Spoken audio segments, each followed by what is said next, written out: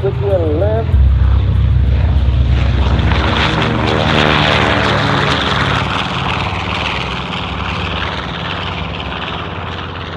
The attack commenced at 7:48 a.m. Hawaiian time. 188 U.S. aircraft were destroyed, 2,403 Americans killed, 1,178 others were wounded on that day of infamy by aircraft just like the Val you see fly by.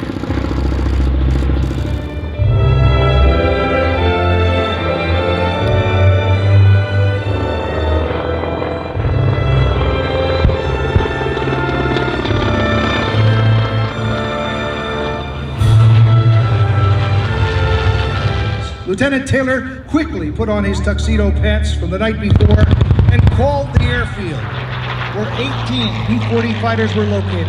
Without orders, he told the ground crews to get the aircraft armed and ready. A reputation as a rugged aircraft, and it was available when needed.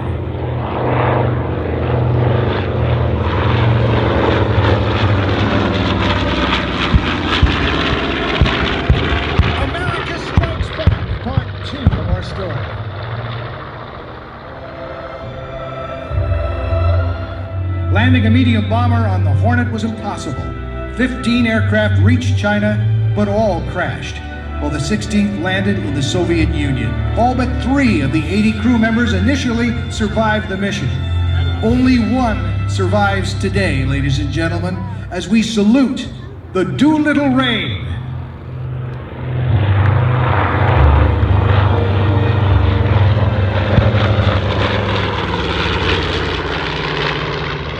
The only one of its kind. From the left, ladies and gentlemen, from the South California wing of the Commemorative Air Force, the PBJ.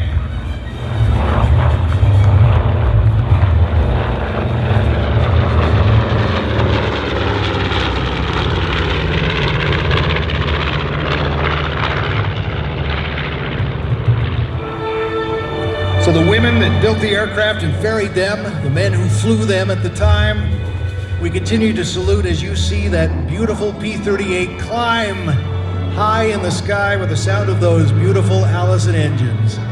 This aircraft purrs as we have moved the hands of time now to Operation Vengeance, the American military operation to kill Admiral Yamamoto of the Imperial Japanese Navy, April 18, 1943.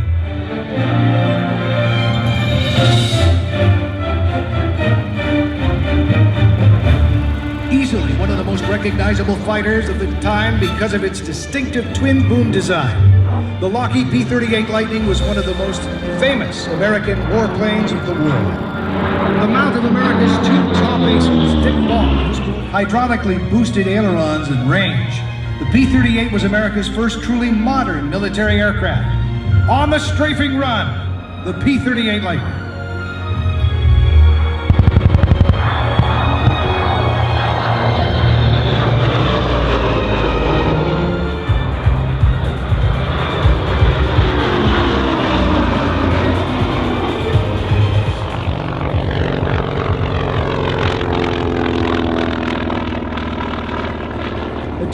Avenger.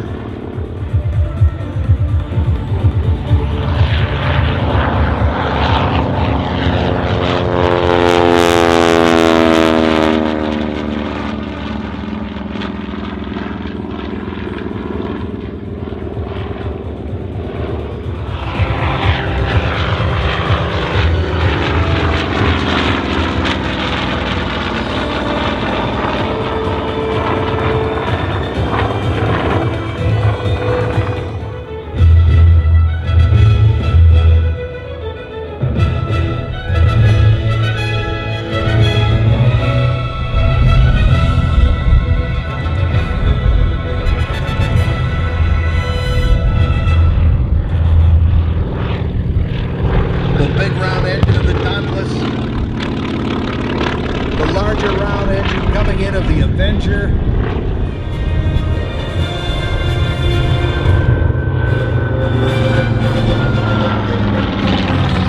The TBM Avenger from Planes of Fame.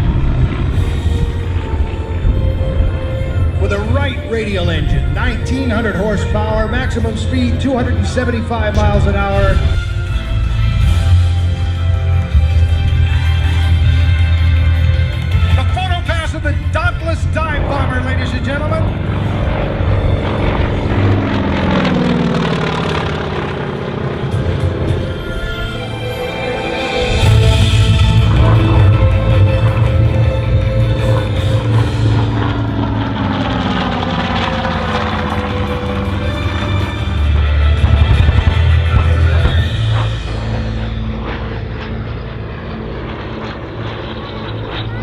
But again, we move the hands of time forward. A B-29 was landing. In 1945, 509th Composite Group was transferring from its 2nd Air Force Training Base in Utah. The group landed right here at this airport, embarking on its trans-Pacific movement to the Marianas Island chain. Due to the extraordinary secrecy of the unit, because of its atomic payload and mission, the commanding general, Nathan Field, was told at gunpoint that he was not allowed to board the B-29. The great artiste, you see, was headed across the Pacific with the atomic bomb on board. And we are about to begin our final chapter, ladies and gentlemen, 75 years ago.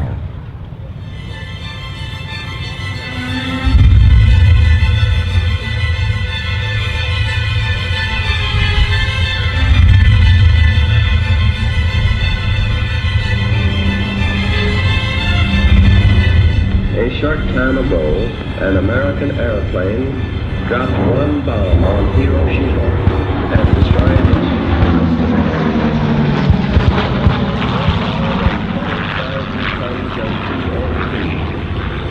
The Japanese began the war from the air at Pearl Harbor, operating close support and escort missions, and then, of course, they would be moved along to escort B-29 Superfortress missions against the Japanese homeland.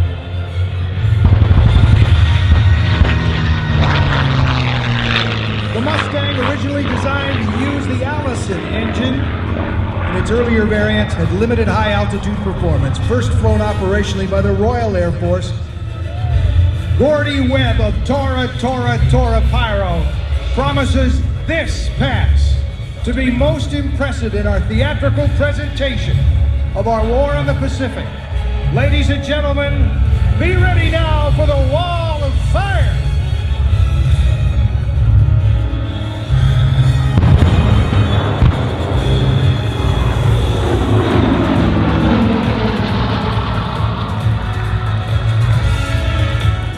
Pearl Harbor. The mighty threat to civilization which began there is now laid at rest. It was a long road to Tokyo and a bloody one. We shall not forget Pearl Harbor. We will not forget. First flown in 1942, began active service in 1944, replacing the B-17s and the B-24s. Carefully now, Jason brings FiFi back to the ground.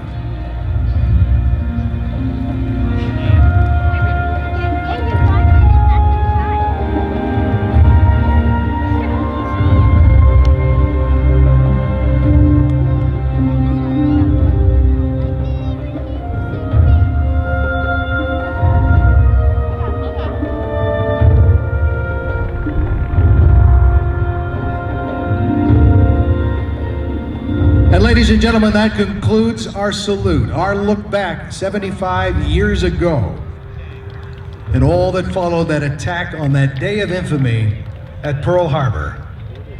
We hope you've enjoyed our commemoration here with FiFi and all the Warbirds that we have not only offered up in the sky, but plenty of others on static display here today.